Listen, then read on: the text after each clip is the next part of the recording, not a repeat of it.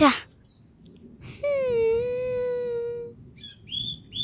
জুতোটা আটকে গেল, এবার কি করি?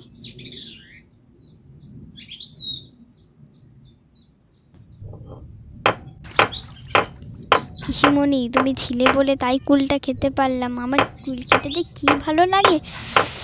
আস্তে, তোর মা শুনে নেবে। কেন? সরস্বতী পুজোর আগে কুল খেতে নেই, তোর মা জানলে বকবে। ই বাবা, তুমি যে তাহলে কুল খাচ্ছ? কুল খেতে মানা, কিন্তু কুল মাখা খেতে তো মানা নেই।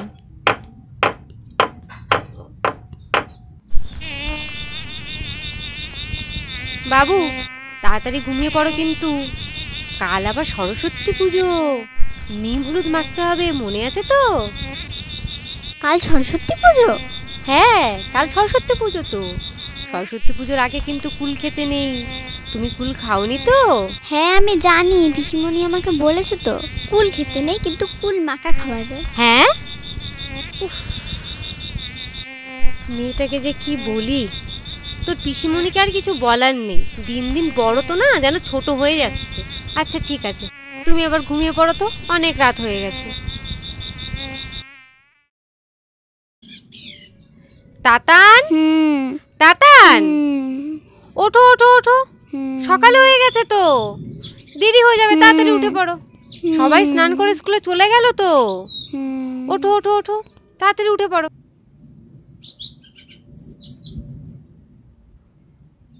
না ঠান্ডা।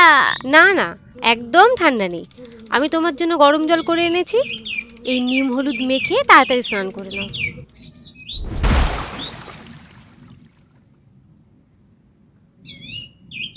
শোনো, ভালো ছেলের মতো দিদির হাত ধরে স্কুলে যাবে।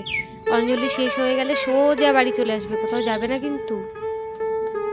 বাহ, একদম রাজপুত্র।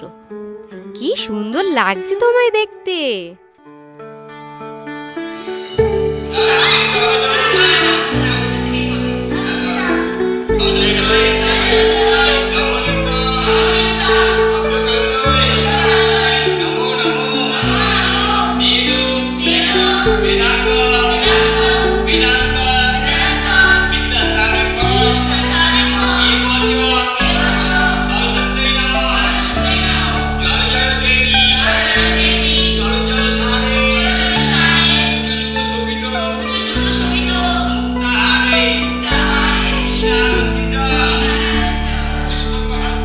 আর এভাবেই একদিন রঙিন দিনগুলো ধূসর হয়ে পড়ল, আর হারিয়ে গেল ছেলেবেলা।